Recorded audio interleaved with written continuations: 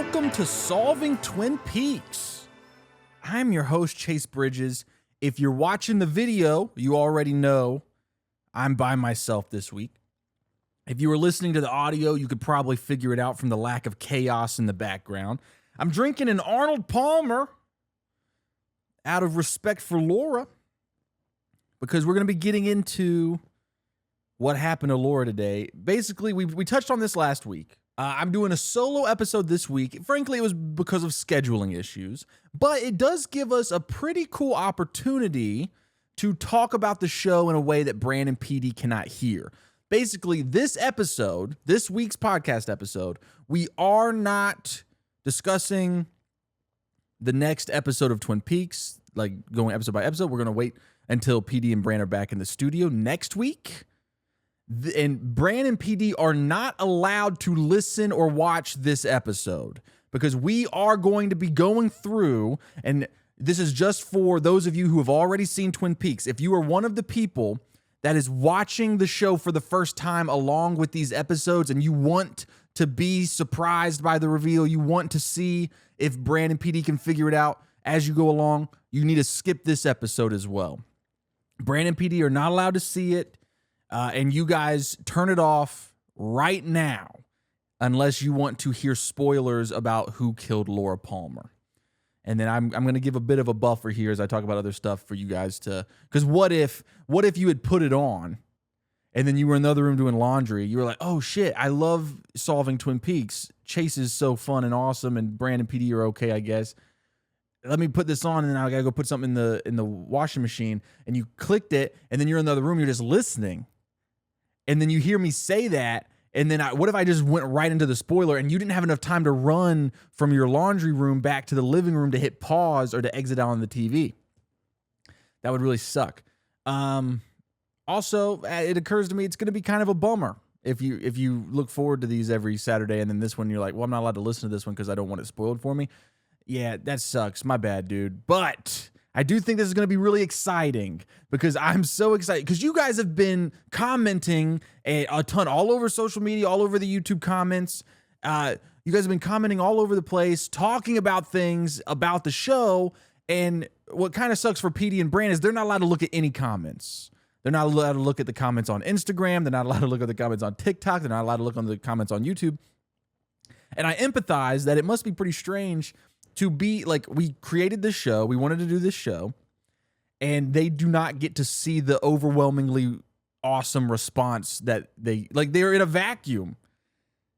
And I empathize with that because I have to do that for my main channel, right? The Can I Solve videos, but it's different because I'm not putting those out on a week to week, like episode by episode basis. It's like by the time the video comes out, unless it's like Pretty Little Liars where it's like multiple seasons before you get the reveal, I don't have to worry about getting spoiled once the video's out. But I do, like with Pretty Little Liars and stuff, I do have to avoid spoilers like the plague. I've gotten really good at it. But anyway, yes, things we're doing in this episode. We're going to be going through each of Bran and PD's locked-in picks for who they think killed Laura Palmer from all of the episodes we've watched so far. We're going to just kind of touch on those and see if anyone's gotten close. You may have noticed this if you're watching. Mysterious box here. And we are going to be opening this later in the video. I'm very excited to open this up. It's got a surprise in it. What else before we jump into it? Ooh, why is Bran and PD not here this week? I mentioned it was because of a scheduling issue. Bran co-owns a podcast network in which this show is released via audio. They distribute the audio version of this show through. We also do a Survivor podcast called Making the Merge with Bran. Me, PD, Bran, our buddy Jonathan. And then that show is very much a part of their Bramble Jam network, their podcast network. Every year, Bramble Jam does a big festival called Bramble Fest. It was a ton of fun. That was 2 weeks ago. Or last weekend, we did a stage show, a Survivor stage show. So us, the hosts of the Making the Merge show, and then a few of their Hallmark hosts their flagship show on Bramble Jam is called Deck the Hallmark. You should absolutely check it out. They've got a bunch of cool shows on that network that Bran is a part of. They're currently doing a Gilmore Girls rewatch pod called Gilmore the Merrier. So, yeah, you got to go support Bran and the network. But anyway, me and PD were at Bramblefest for the Survivor Stage Show. We did a Survivor Stage Show where we played a game of Survivor from the final 6 down. I came into the final 2. That video should be out on the Making the Merge channel in the next couple months, right before the Survivor season starts in the fall. So that'll be really cool. But Bramblefest was awesome. There was karaoke night. There was tons of live shows happening. And PD and I were having an absolute blast. So we were essentially partying it up all weekend for Bran, throwing this festival, throwing this event, obviously very stressful. He was very busy. We did not have time to record this episode before I hopped on a plane on Monday morning at like 4 a.m. to go to Maine. So I've been in Maine all week. I literally, as of recording this comes out in the morning. This is Friday. I'm recording this Friday afternoon. I just got off a plane like 2 hours ago. And my flight out of Maine this morning was, we had to leave the hotel at 3 a.m. So I'm running on very little sleep, but I had a blast in Maine. My wife and I just kind of went and drove around Maine, and we saw a Joe concert, DJO, not the Jonas brother, the Joe Keery from Stranger Things. He's a very talented musician. We went and saw his concert, and then we drove around Maine and looked at a bunch of stuff, and it was awesome. But that's not why you're here. You're not here to listen about my vacation. Although it would be very funny if I was like, all right, so here's some pictures, and then I go slide by slide, and then everybody, you're watching this, and you're like, I thought this was a Twin Peaks podcast. It's a Twin Peaks podcast. He's just showing me his vacation pictures. What the fuck is going on? But enough about my vacation and Bramblefest. Let's jump into what we really want to talk about here, guys. Twin Peaks. I've been making Can I Solve videos for this is my 3rd year on YouTube. I love trying to solve the mysteries in shows. It's something I enjoy. I truly enjoy making the videos where I try to solve Pretty Little Liars or Riverdale or Game of Thrones or whatever I'm doing. I did not realize how much fun it is to watch other people try to solve it. This has been a fucking blast watching PD and Bran try to figure out this batshit insane show. Because my first Can I Solve video was me trying to solve this show. And what blew up my channel and what got people interested is like, if you've seen Twin Peaks, you know how bizarre it is to be like, well, I think I can figure it out. The show is so strange. It takes so many left and right turns. And it's not a straightforward mystery. As my comment section a few years ago when I put my Can I Solve Twin Peaks video out, I got a ton of comments being like, the mystery's not the point. You misinterpreted the whole point of the show. You don't understand. You're an idiot. David Lynch never wanted the reveal to be revealed. That's not the point of the show. And to that I say, well, I know that now, and that's what makes it so funny. That's what makes it hilarious to try to watch them try to solve it. But I will push back.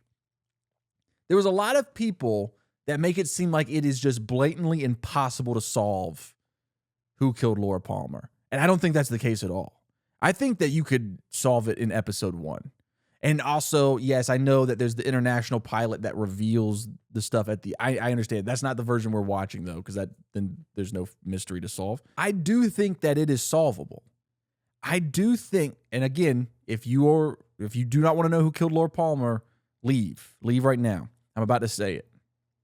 If you're doing your laundry in the other room, run in here, turn it off. I do not think it's impossible to watch episode 1 and be like, well, what if her dad did it?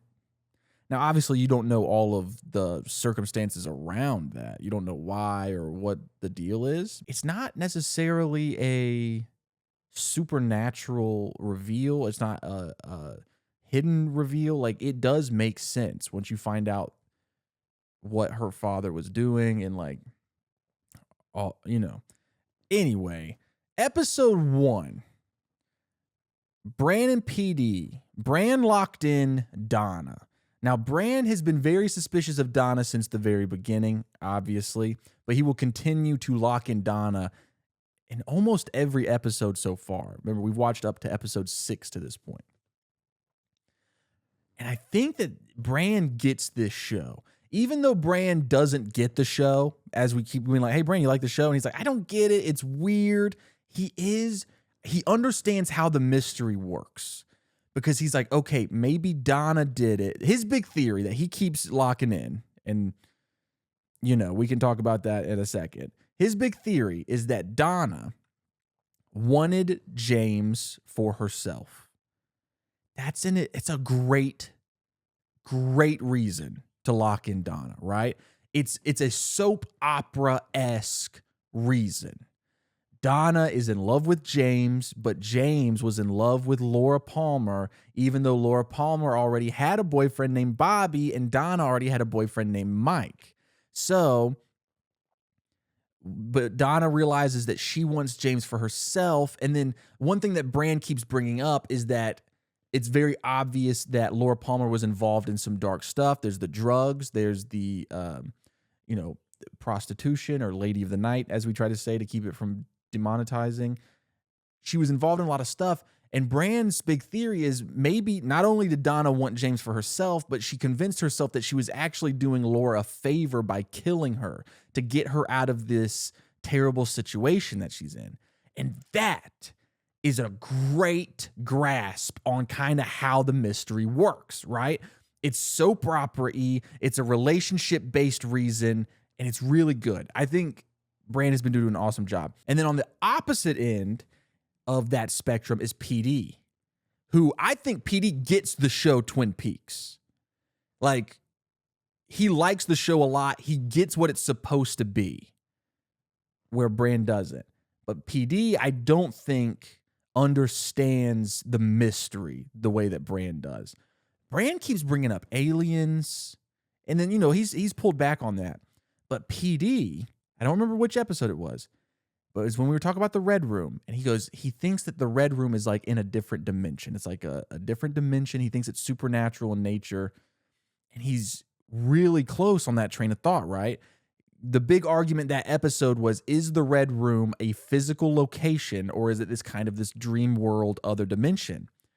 And I was really excited because he started pushing towards that, oh, the Red Room isn't a physical location, it's from a different dimension or whatever. And I was like, yes, PD is on the right track.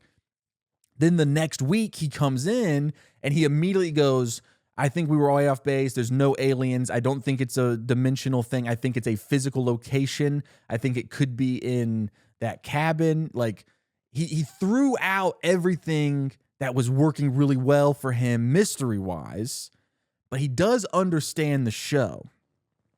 PD locked in Josie for episode 1, and his reasoning, because he's locked in Josie a couple times. His reasoning is sometimes that she's just a really beautiful woman and she's not, and I'm going to put words in his mouth here because I don't think he's said this clearly.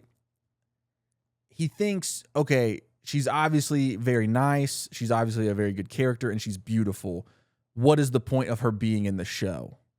Especially in these early episodes, she'll show up, but she's not a major part of the show. So I think PD was actually right to be majorly suspicious of Josie, right? Because why is this character involved? Why is this beautiful woman who's in love with the sheriff, and then she also runs the mill, but also she doesn't seem to be very important to the episode so far when it comes to the mystery. Why is she in the show?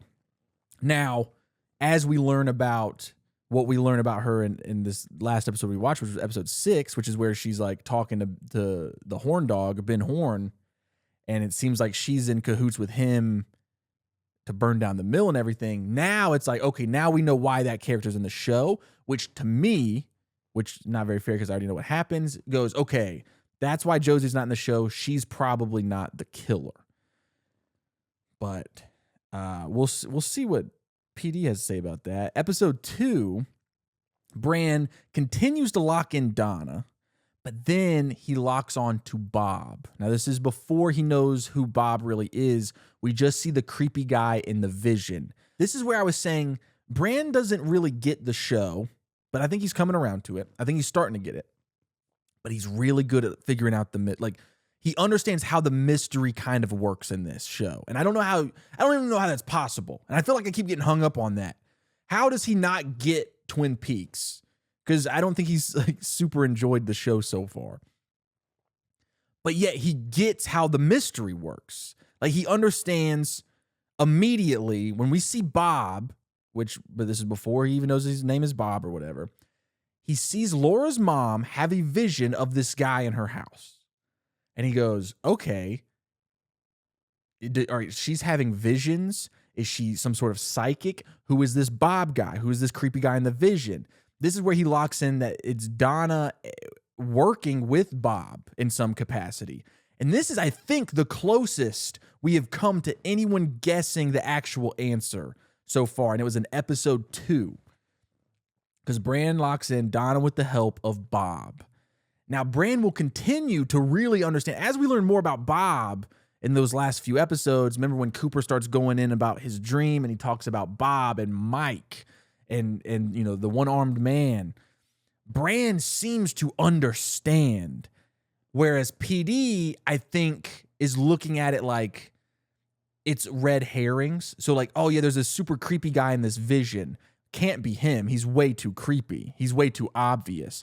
I think it has to be someone else. And that's where PD isn't grasping the mystery where Bran is. Bran is very skeptical about the visions and the creepy guy named Bob. PD in episode 2 locked in Josie once again. To be completely honest, PD, I don't think even understood episode 2. He watched it last second and then came in here and he forgot a lot about it. That's why he had to show up in episode 3 balling out, because he felt like he didn't do a very good job on episode 2. Episode 3, PD, unsurprisingly, locks in Audrey Horne. Well, I say unsurprisingly. I say unsurprisingly because he's obsessed with Audrey. That much is clear. Speaking of that, at Bramble Fest, which I already mentioned, PD showed up dressed as Audrey again for the karaoke night, and we sang Bang Bang by Ariana Grande, Jessie J, and Nicki Minaj. So that was a ton of fun. Anyway, he locks in on Audrey Horne because of the musical motifs in the show and the fact that Audrey did not react in school when it was announced that Laura had died. I think that he's right to be suspicious of Audrey, but as he is brought up since then, because remember, this is episode 3, we've seen 3 more episodes after this, I think they both understand that Audrey is going to try to help solve the case as opposed to being involved with it. This feels like a good point for me to bring up the fact that I haven't seen anything after the reveal. So in season 2, episode, I think it's like 8, I could be wrong, I'll double check, I didn't watch past that. I found out who killed Laura, and I did not continue because my whole thing was like, okay, well, I'm going to keep making videos about Twin Peaks. I can't watch the rest of the show and have it spoiled for me, which essentially led to this show, because it got to the point where I was like, wow, I need to do something with Twin Peaks. I never finished Twin Peaks. I want to finish it. So when I'm going through this and I'm talking about what happened to Laura, I am explicitly talking about it being her father and what we find out in that episode. I think from my understanding, which I have avoided spoilers really well, the Fire Walk With Me movie is a prequel that kind of talks a little bit more about what happened to Laura, and so maybe it's not as cut and dry as I think. And then I also haven't seen the return season or the second half of season 2, so there could be more to it than I understand. But that's what we're going based off of for right now, is that it's Leland Palmer. Bran locked in Josie once again. Or no. They switched.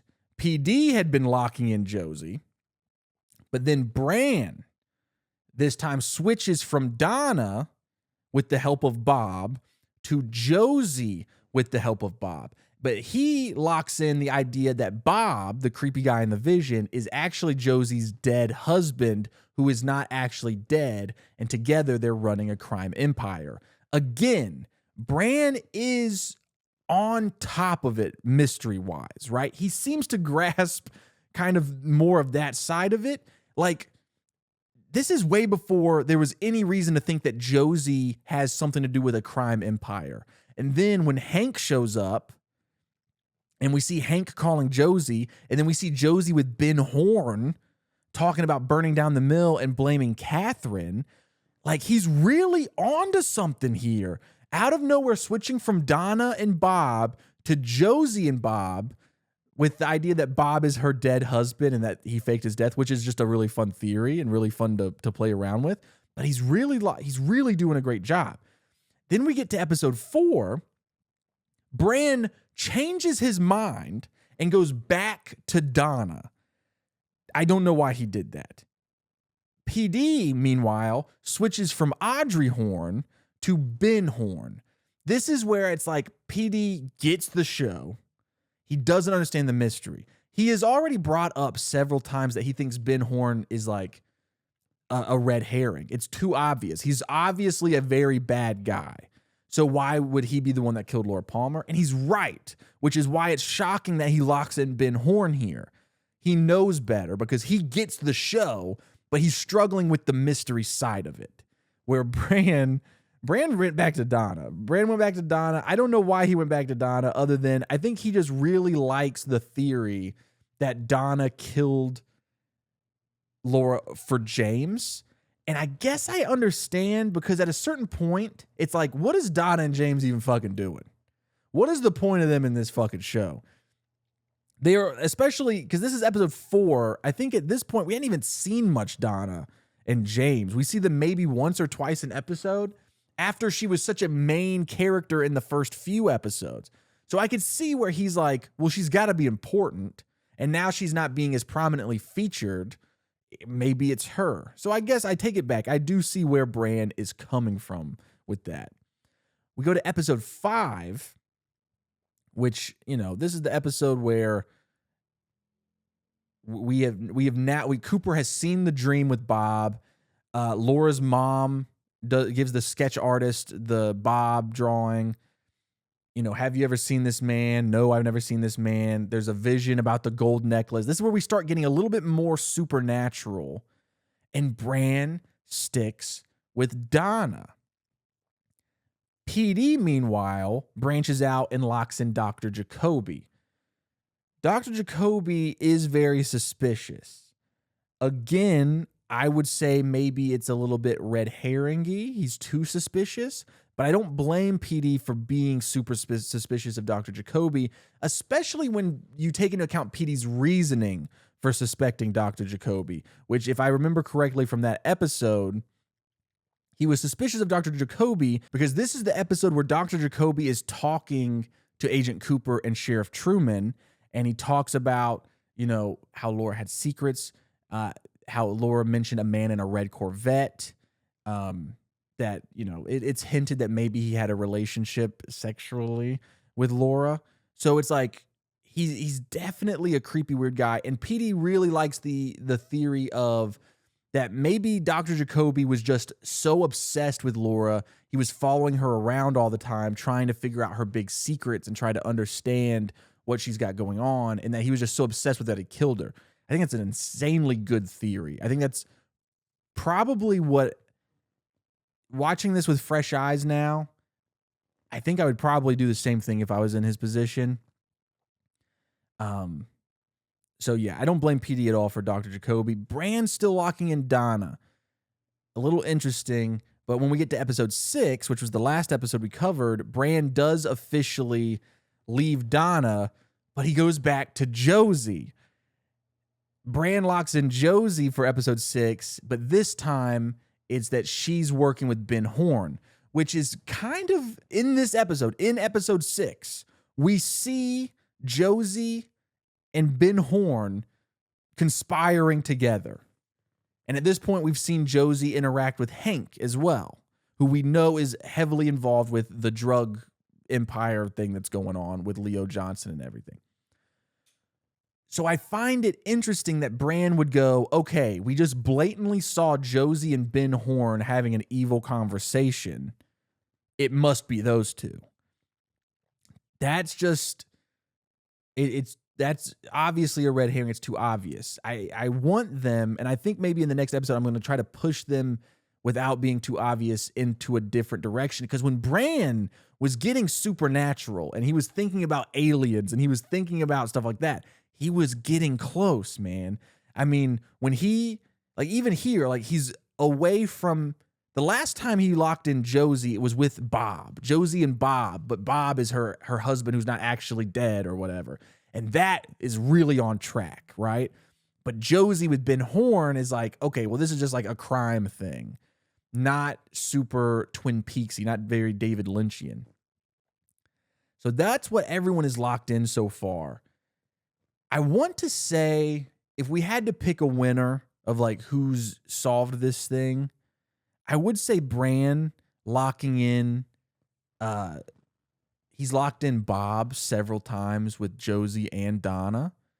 That definitely feels like, okay, because, you know, Bob is like an evil entity that possessed Leland, and that's what led to that. Well, I mean, that's another thing too, is it could be interpreted different ways, and I haven't seen Fire Walk with Me, and I haven't seen the second half of season 2, but from just the episode that I've seen with the reveal, is Bob is like an evil spirit, almost like a demon who possessed Leland. But it could also be seen as Bob is a representation of the evil that men commit, right? So Leland was doing horrific things to his daughter, which led to him killing her. That could just be, Bob is a metaphor for the evil inside of him. Or it could just be straight up, Bob is an evil spirit, which is pretty baller as well. I did want to go and look at my Twin Peaks video when I was trying to solve Twin Peaks. There's 2 videos. And if you've seen those videos, you'll know this is no surprise. I was hyper focused on Andy, the crying cop. My big theory, which PD has figured out, he's brought it up on this show, using context clues just from like Andy, the crying cop being a kind of a meme throughout my channel. He was like, okay, well, you thought it was Andy and you were stupid and wrong, which he was right. But I wish he didn't know that, because I was so locked on to Andy, the crying cop. I was so certain that he couldn't be that incompetent, that he was actually tricking everyone. He had to be this evil criminal mastermind, and he was the secret guy in the woods, right? When we see Leo in the woods with Bobby and Mike, and there's a secret guy in a mask, I was like, that has to be Andy, and he's the secret crime empire leader. He's ahead of, he's above Hank, and he's above Ben Horn. He's behind everything bad and evil in this town. And I was so certain of it. And I would have loved to see Bran and PD play with that theory, because if it wasn't for the fact that they already knew the Andy the crying cop thing, they might have gone down that rabbit hole, and I would have been very fascinated to see how that played out. Another person I was super suspicious of in my videos, it was mostly Andy. I was also super suspicious of Shelly. She has this connection with her husband, Hank, who is a criminal. I thought that the fact that she was openly having an affair with Big Ed meant that the show was like being like, hey, she's not exactly super ethical. Maybe that's a hint. Could she be running? They talked about the Meals on Wheels program in one of the episodes that Laura participated in, like helped run. And I was like, is that how Laura ended up getting caught up in everything? And neither of them have been suspicious of, I'm so sorry. I said Shelly. I think I meant Norma. I meant to say Norma. But yeah, being super suspicious of Norma. Neither of them have brought up Norma for locked in picks either. I'm very, very fascinated to see where we go forward. I feel like they've both drifted pretty far. They both were in a sweet spot for a second. They've both drifted away. PD really attaching himself now to Dr. Jacoby. And then in episode 6, he locked in Agent Cooper. And he thinks that Agent Cooper could be the one behind everything, which I do like that theory. But I don't think that PD was super bought into it. I think PD's struggling to find a suspect that really makes sense. And I can appreciate that because I've been there, especially now that we are starting to learn so much about all of these characters. It makes it difficult to like point to one and be like, it's them. Bran kind of lost his way, as we were saying, where he locked in Josie with Ben Horn. That just is like, well, that's just because you watch them have like an evil conversation, like a criminal conversation in this episode. At one point in episode 2, I think PD mentioned Leland. He didn't lock him in. I do think that he mentioned Leland as like as a theory, which is the only time that they've brought up Leland as being the killer.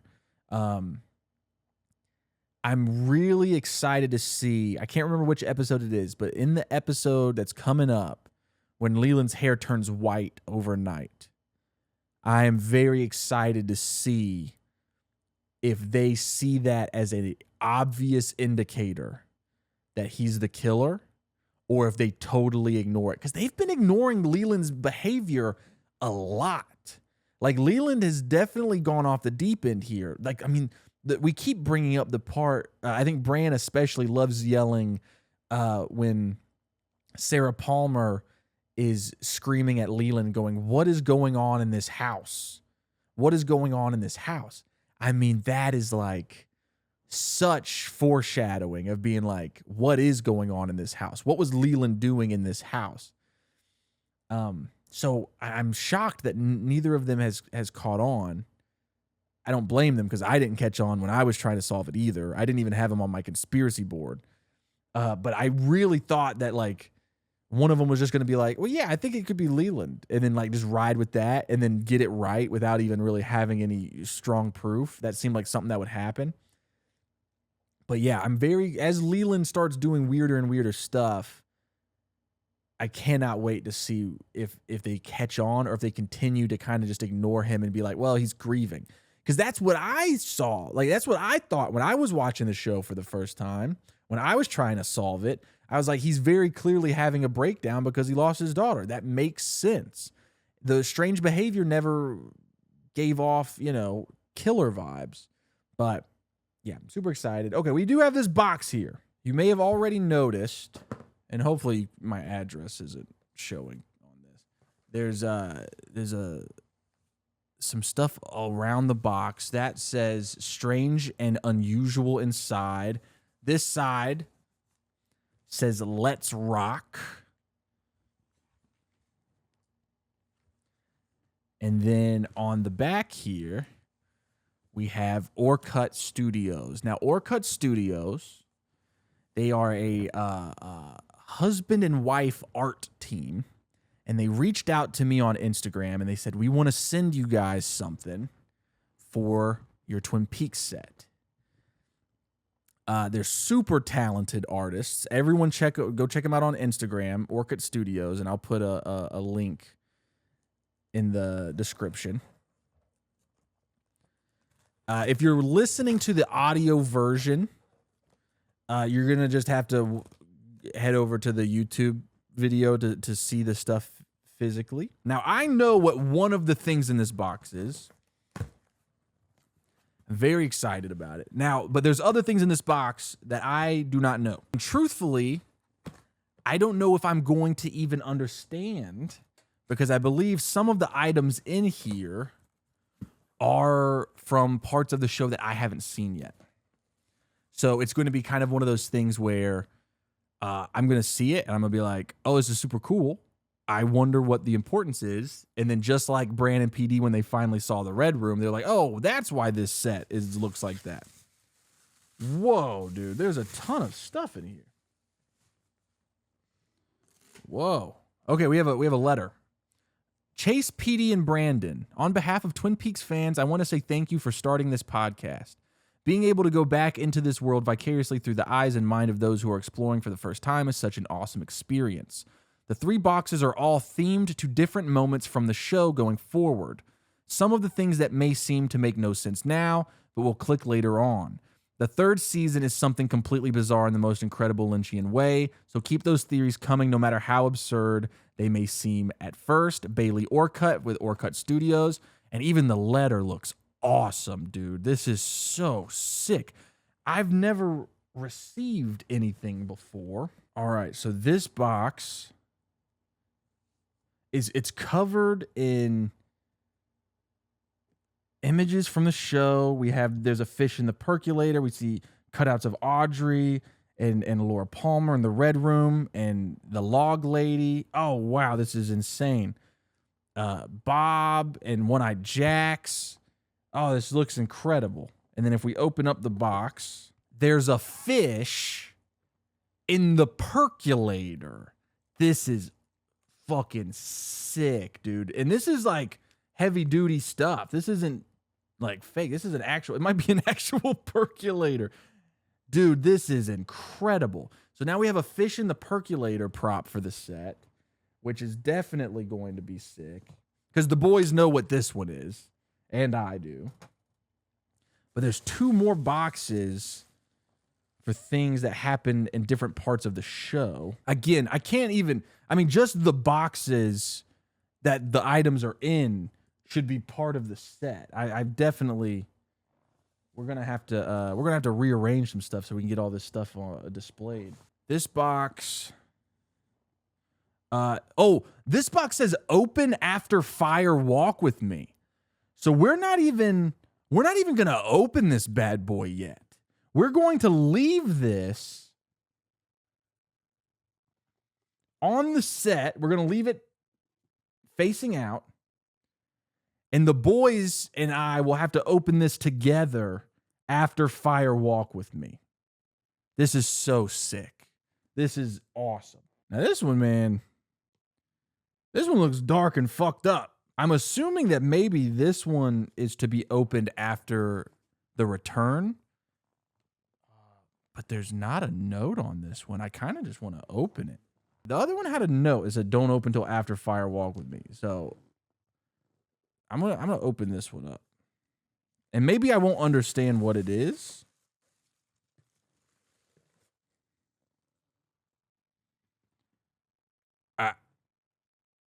I don't know what this is. It's sick though. Is that Fidel Castro? This is awesome. I mean, this is so fucking cool. I don't know what this would even mean. It says got a light at the top. So I'm thinking, here's what we're going to do. We're going to set both the fish in the percolator and the Fidel Castro cup on the set. But we're going to wait until after fire walk with me to open up whatever's in the other box. Because I'm assuming since that one has a note on it, that it's a little bit more spoilery. This is, I mean, I can't thank Bailey and Orcut Studios enough for sending this. This is so cool. Dude, this is so sick. This is going to make, I can't wait because the guys aren't here for this. They're going to have no idea. Okay. One more kind of big announcement. The Patreon. So my Patreon, the Chase Bridges Patreon, I've introduced a new tier. It's the same price as always. My Patreon is $2 for everything. It'll probably always be that way. Unless there's hard times, Daddy. But I added a new tier so that way if you are a fan of Solving Twin Peaks, you can join the Twin Peaks tier, the Solving Twin Peaks tier, and you get special access to the chat. There's a chat in Patreon where you guys can all talk about the show together. And of course, Bran and PD will not be allowed to see any of that. But yeah, so if you're interested in talking about Solving Twin Peaks, this podcast, or even I guess just Twin Peaks in general, you can join the Patreon. It's $2 a month. And make sure that you select the Twin Peaks tier. It's you get all of the same stuff that you get in the regular tier. So if you're also a fan of my regular videos, my main channel stuff, you still get access to everything with that.